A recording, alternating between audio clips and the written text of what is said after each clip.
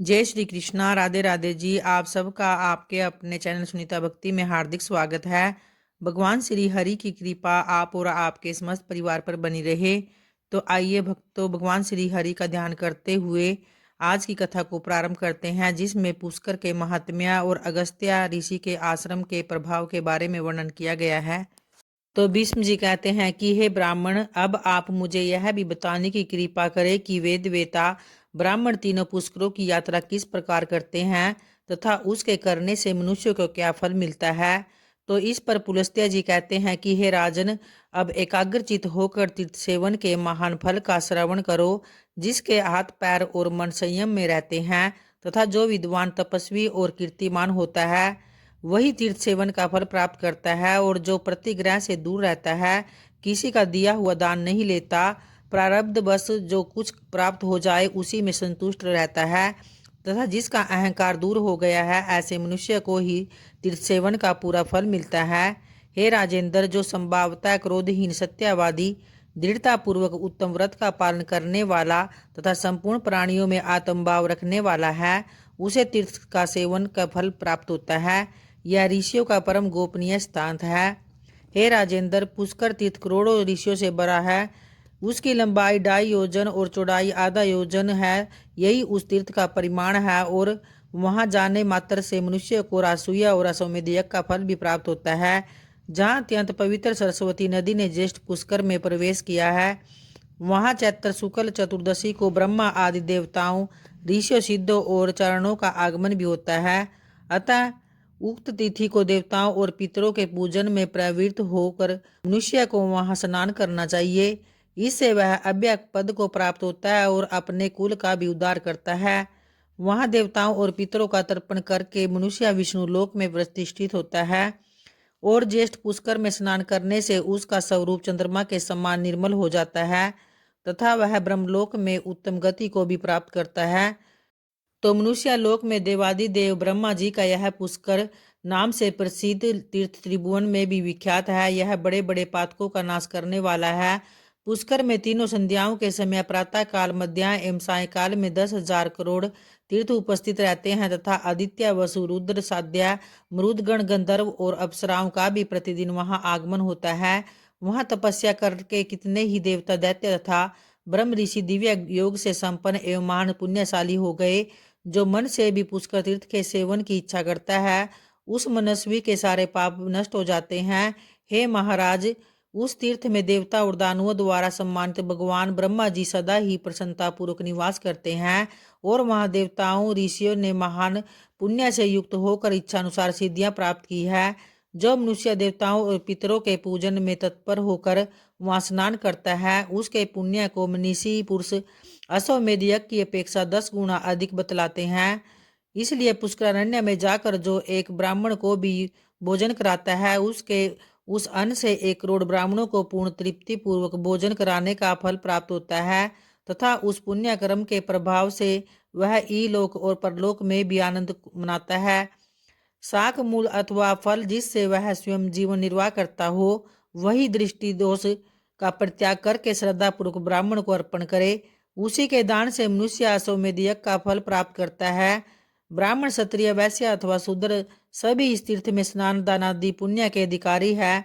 ब्रह्मा का पुष्कर नामक सरोवर परम पवित्र तीर्थ माना जाता है, और वह वानप्रस्थियों, सिद्धों तथा मुनियों को भी पुण्य प्रदान करने वाला है। परम पावन सरस्वती नदी पुष्कर से ही महासागर की ओर गई थी। वहां महायोगी आदिदेव मधुसूदन सदा निवास करते हैं, और वे आदिवराह के नाम से प्रसिद्ध है तथा संपूर्ण देवता उनकी पूजा करते रहते हैं। विशेषता कार्तिक की पूर्णिमा जो पुष्कर तीर्थ की यात्रा करते हैं, वह अक्षय फल का बागी होता है, ऐसा मैंने सुना है। हे कुरुनंदन, जो सायकाल और सवेरे हाथ जोड़कर तीनों पुष्करों का स्मरण करता है, उसे समस्त तीर्थों में आचमन करने का भी फल प्राप्त होता है। स्त्री हो या पुरुष हो, पुष्कर में स्नान करने मात्र से उसके जन्म भर का सारा पाप नष्ट हो जाता है। जैसे संपूर्ण देवताओं में ब्रह्मा जी श्रेष्ठ हैं, तो उसी प्रकार सब तीर्थों में पुष्कर ही आदि तीर्थ बताया गया है। जो पुष्कर में संयम और पवित्रता के साथ 10 वर्षों तक निवास करता है और ब्रह्मा जी का दर्शन करता है, वह संपूर्ण यज्ञों का फल प्राप्त कर लेता है और अंत में ब्रह्मलोक को जाता है। जो पूरे 100 वर्षों तक अग्निहोत्र करता है और कार्तिक की एक ही पूर्णिमा को पुष्कर में निवास करता है, उन दोनों का फल एक सा ही होता है। पुष्कर में निवास दुर्लभ है, इसलिए पुष्कर में तपस्या का सुयोग मिलना कठिन है। पुष्करों में दान देने का सौभाग्य भी मुश्किल से प्राप्त होता है तथा वहां की यात्रा का सुयोग भी दुर्लभ होता है। वेद वेता ब्राह्मण ज्येष्ठ पुष्कर में जाकर ही स्नान करने से मोक्ष का भागी होता है और श्राद्ध से वह पितरों को तार देता है। जो ब्राह्मण वहां जाकर नाम मात्र के लिए भी संध्योपासन करता है, उसे 12 वर्षों तक संध्योपासन करने का फल प्राप्त हो जाता है। पूर्व काल में ब्रह्मा जी ने स्वयं ही यह बात कही थी, जो अकेले भी कभी पुष्कर तीर्थ में चला जाए तो उसको चाहिए कि झाड़ी में पुष्कर का जल लेकर क्रमशः संध्या वंदन कर ले, और ऐसा करने से उसे 12 वर्षों तक निरंतर संध्योपासन करने का फल प्राप्त हो जाएगा। जो पत्नी के पास बैठकर दक्षिण दिशा की ओर मुख करके गायत्री मंत्र का जाप करते हुए वहां तर्पण करता है, उसके भी तर्पण द्वारा 12 वर्षों तक पितरों को पूर्ण तृप्ति बनी रहती है। और फिर पिंडदान पूर्वक श्राद्ध करने से अक्षय फल की भी प्राप्ति होती है। इसलिए विद्वान पुरुष यह सोचकर स्त्री के साथ विवाह करते हैं कि हम तीर्थ में जाकर वहां श्रद्धा पूर्वक पिंडदान करेंगे, और जो ऐसा करते हैं उनके पुत्र धन धान्य और संतान का भी कभी उच्छेद नहीं होता। यह निसंदिग्ध बात है। हे राजन, अब मैं तुमसे इस तीर्थ के आश्रमों का वर्णन भी करता हूँ, तो एकाग्रचित्त होकर सुनो। तो महर्षि अगस्त्य ने इस तीर्थ में अपना आश्रम बनाया है, जो देवताओं के आश्रम की समानता करता है। पूर्व काल में जब यहाँ सप्तऋषियों का आश्रम बना, तो ब्रह्म ऋषि और मनुओं ने भी यहाँ आश्रम बनाया था। यज्ञ पर्वत के किनारे यहाँ नागों की एक रमणीय पुरी भी है। हे महाराज, मैं अपना महामना अगस्त्य जी के प्रभाव का संक्षेप से वर्णन करता हूँ, तो ध्यान पूर्वक सुनो। पहले की बात है, जब सतयुग में कालकेय नाम से एक प्रसिद्ध दानव यहाँ रहते थे, और उनका स्वभाव अत्यंत कठोर था तथा वे युद्ध के लिए सदा उन्मुक्त रहते थे।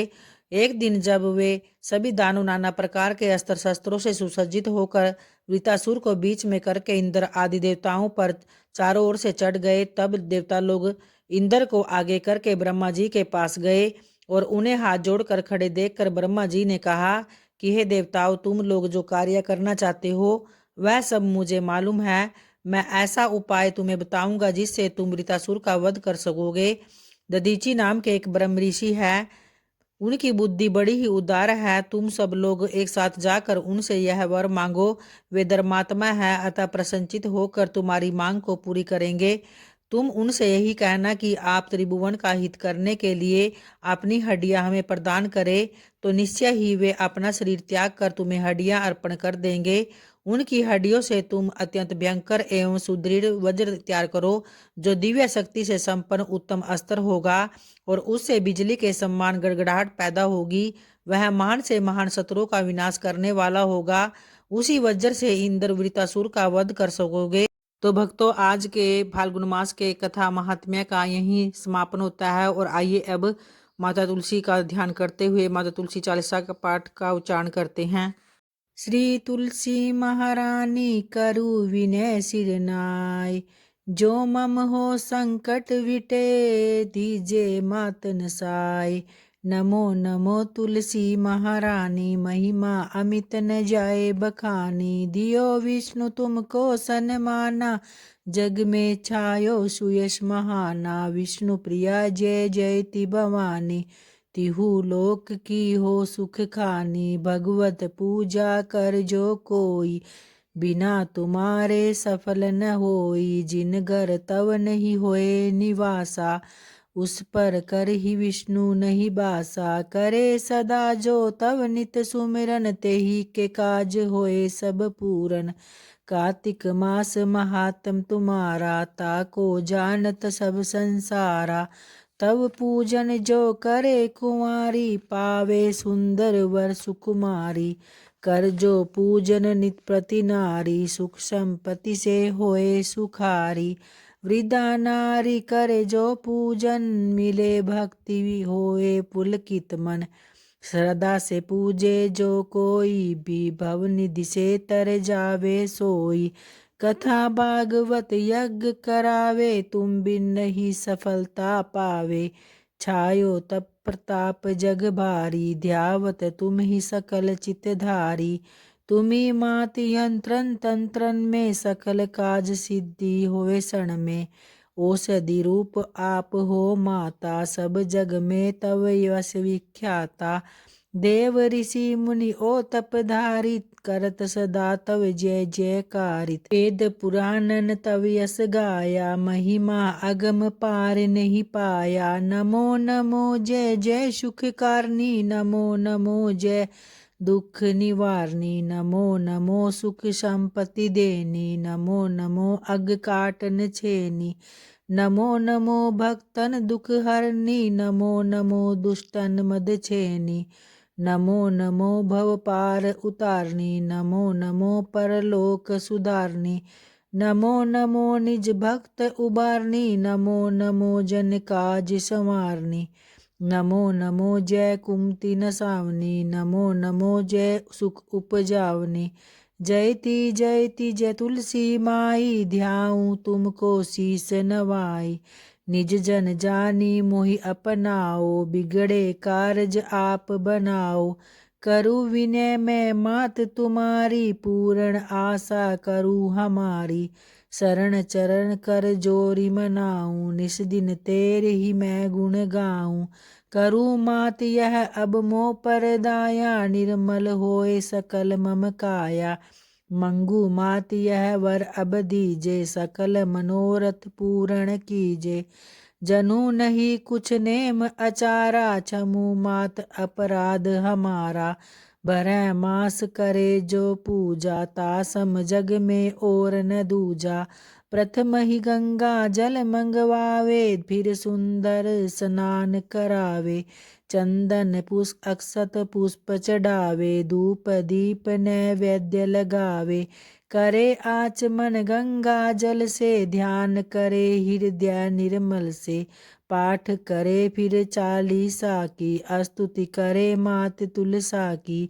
यह विधि पूजा करे हमेशा, ताके तन नहीं रहे कलेसा। करे मास कार्तिक का साधन, सोवे नित पवित्र सिद्ध हुई जाई। है यह कथा महा सुखदाई, पढ़े सुने सो भव तर जाई।